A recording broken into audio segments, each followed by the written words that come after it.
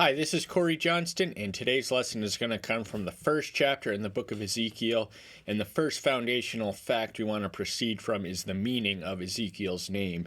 Names in the Bible, unlike our own name, are not subjected to the arbitrary whims and passions of the parents, but always indicate a meaning.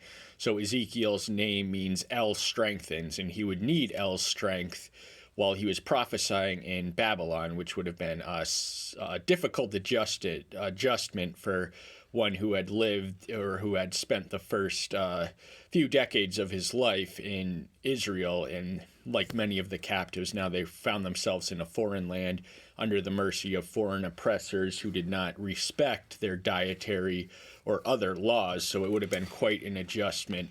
But the spark and fire of prophecy did not extinguish in the exile. Yahweh saw fit to keep the fire alive primarily through two prophets, Ezekiel and Daniel, and there were no shortage of false prophets prophesying, catering to the wishes of the exiled nation. But Ezekiel was very much an authentic prophet. He was blessed, as we'll read in the first chapter, with many visions, which are an authentic form of divine revelation. So the opening verse reads, "And it came to be in the 30th year, in the 4th month, on the 5th of the month, as I was among the exiles by the river Chebar, the heavens were opened, and I saw visions of Elohim." So this is a chronologically precise date. Ezekiel was born in the year 622 BM. Before Messiah, he was taken captive in the original wave of exiles in 597 BM.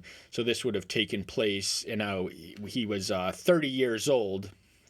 That's what the 30th year means.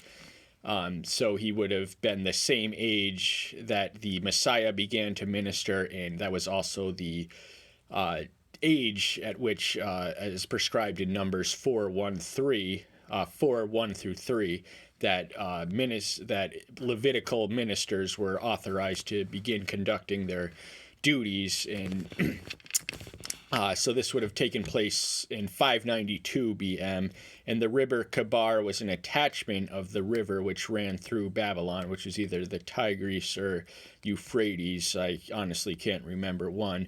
But a vision is one of the authentic forms of revelatory communication that Yahweh speaks to his prophets. On the 5th of the month, in the 5th year of King Jehoiakim's exile, so the 5th year was also the 5th year he was there, we can take it that Jehoiakim, who was taken captive and replaced by the puppet monarch Zedekiah, who would have his eyes gouged out, things would not end too well for him, in 586 BM, so this takes place in the year 592. The word of Yahweh came expressly to Ezekiel the priest, the son of Buzai, in the land of the Castites by the river Chebar, and the hand of Yahweh came upon him there. So the word not only came to him, but came expressly. That means unmistakable and unambiguous as to the source or the contents. And Ezekiel was also a priest who doubled as a prophet, so around the same age that he would have been anointed a priest, he would have became a prophet, and he was the exception. There were a few other prophets who were doubled as priests, but for the most part, a dichotomy existed between the prophets and the priest.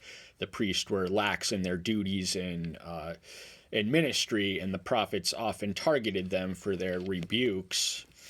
And the land of the Castites, these were ethnically Chaldeans, the Neo-Babylonian Empire, to be distinct from the one founded by Hammurabi some century and a millennia and 2 centuries ago.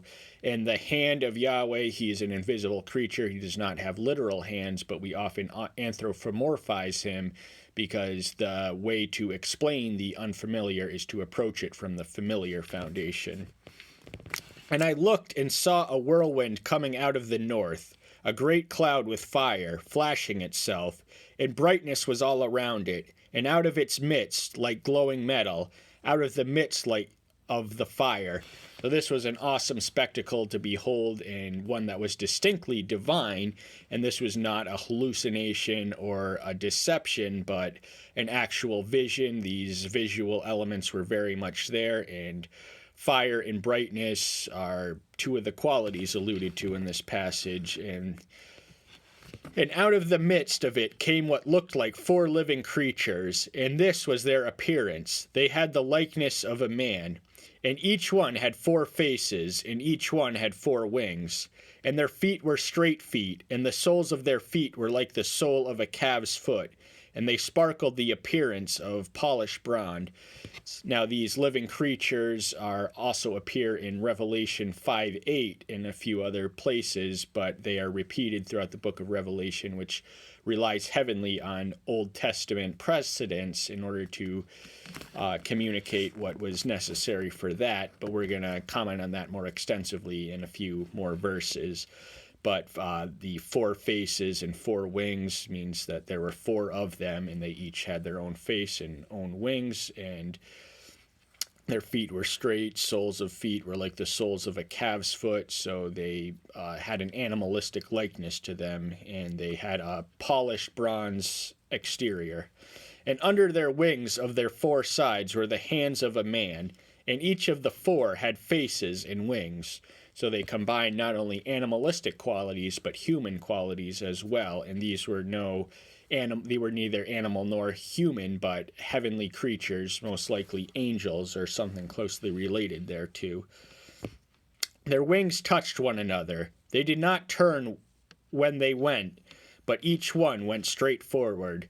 So their direction was forward, and there's not a whole lot else we can analyze from that verse. And the likeness of their faces, the face of a man, and each of the 4 had the face of a lion on the right side, and each of the 4 had the face of an ox on the left side, and each of the 4 had the face of an eagle.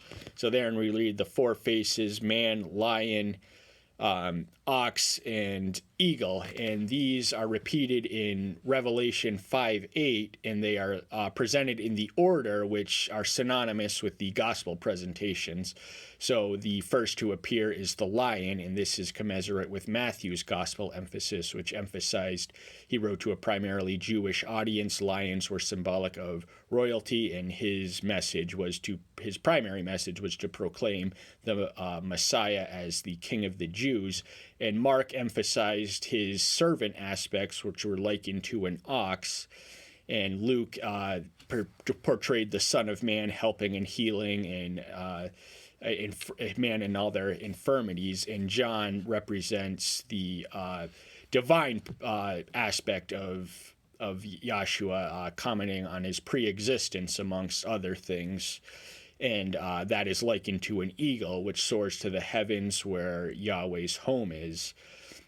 But in here they're presented in a different order: man, lion, and ox, and then eagle. But the symbolism is significant as it pertains to the presentation and the order of the Gospels. Such were their faces. Their wings were spread upward. 2 of each touched one another, and 2 covered their bodies, and each one went straight forward, going wherever the Spirit was to go, and they did not turn when they went. So once more, he emphasizes the straightness of the direction, and they were moved and motivated and propelled by the Spirit and not of their own spirit. But the Spirit also isn't capitalized in here, so it may not have been the Ruach Kadesh, but it might have been their spirit. But being heavenly beings, we can imagine that their spirit was closely connected to the Ruach Kadesh. And the likeness of the living creature, their appearance was like burning coals of fire, and like the appearance of torches, moving back and forth among the living creatures. So once more, the element of fire and luminosity is communicated. We read that earlier in the 4th verse. So this adds another dimension to the fire. And that is how Yahweh presented himself in as physical form as he was able to. And during the Exodus generation, he led them as a pillar of fire, and a cloud by night, and fire by day. And the living creatures ran back and forth, like the appearance of the flash of lightning, And I looked at the living creatures, and saw a wheel on the earth beside each living creature with 4 faces. The appearance of the wheels and their works was like the appearance of beryl, and all 4 had the same form. The appearance of their works was, as it were, a wheel in the middle of a wheel. So they had an identical presentation and depiction before him, and they were the wheel existed within a wheel. So there was a multi-layered wheel which they moved about with. When they went in any one of 4 directions, and they did not turn aside when they went. So from moving forward, as we read in 2 previous verses, now we read that they are omnidirectional. They are capable of moving simultaneously every direction at once. They are not bound by the laws of physics in the same sense that we are. And their rims were high and awesome, and their rims were covered with eyes, all around the 4 of them. So the eyes are symbolic of the omnipresence of Elohim, who sees all and knows all and is capable of being everywhere at once. Omnipresence is the attribute of the ability to be anywhere he wishes and in any form and any degree at once, because he created and controlled the cosmos and is capable of dwelling anywhere he sees fit to at once. This is not to be mistaken with the erroneous conception of pantheism, whereby there is no distinction between divinity and the created items in the order. Christianity holds qualitative superiority of the Creator to everything in creation. And when the living creatures went, the wheels went beside them. And when the living creatures were lifted up from the earth, the wheels were lifted up. So the wheels and the wheels were dependent, or at least mirrored, the movement of the creatures, and that determined their direction. Wherever the Spirit was to go, they went, because there the Spirit went. And the wheels were lifted together with them. And for the spirit of the living creature was in the wheels. So the Spirit is once more the propelling force which guides their movements. It's a lowercase s, so we can imagine it's not the spirit of divinity, but it is a spirit of heavenly creatures. And once more, the wheels and the living creatures move in tandem and at the same direction at once, always mirroring each other.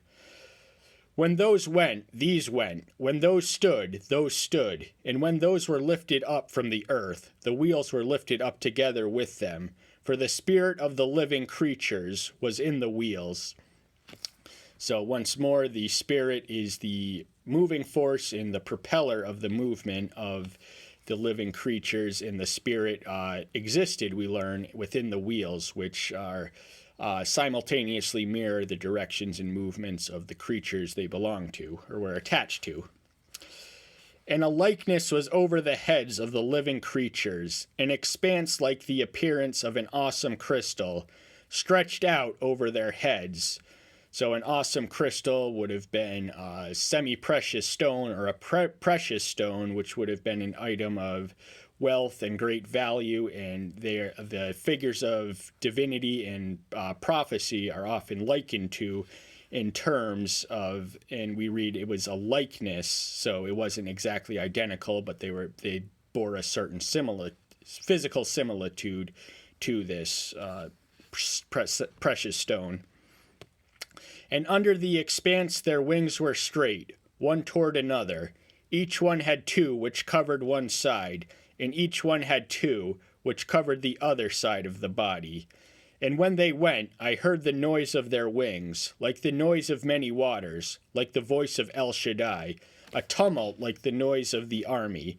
And when they stood still, they let down their wings. So El Shaddai is the name referenced in this book that translates as El Almighty, or this verse rather.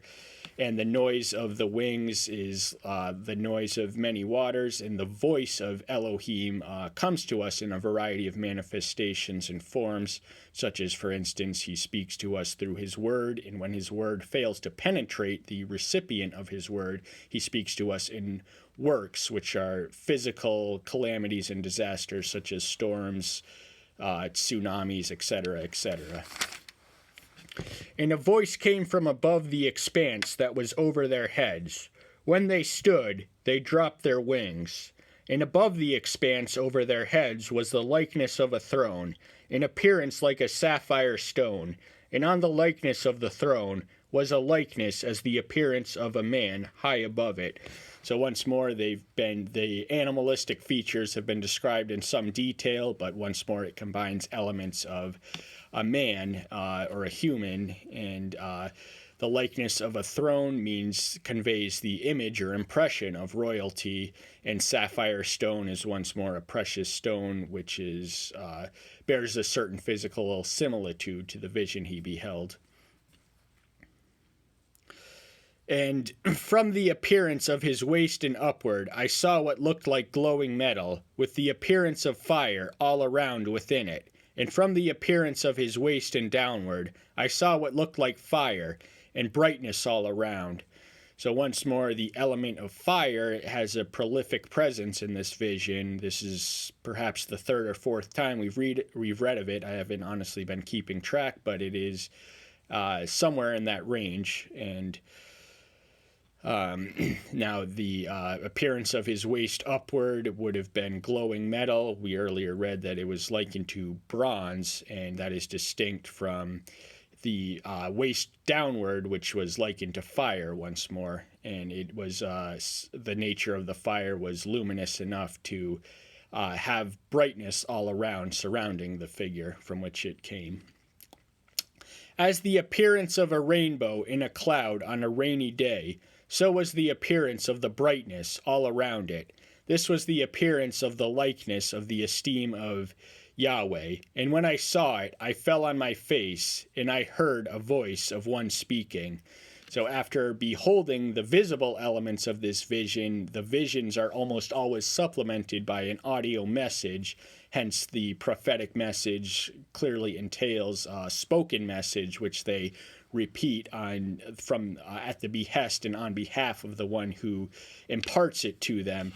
And the message is contained in the second chapter, and I don't know if I'm going to do a future one on that because it's 10 short verses, and I try and make these at least 15 minutes long, but I'll give you the Cliff Notes versions. Now, Israel is likened to a nation of rebels, and they were punished accordingly on behalf of their rebellion, and he is instructed to speak his words regardless of the price, without count for the consequences.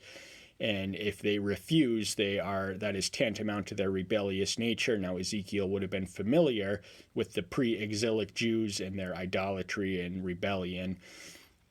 And he's commanded to mimic verbatim or recite verbatim the message as it is delivered to him.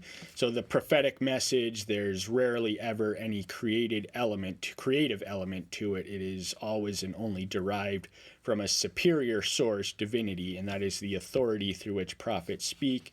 And that's all the time we have for today. Thank you so much for being here. I'll see you soon. Take care till then. Bye-bye.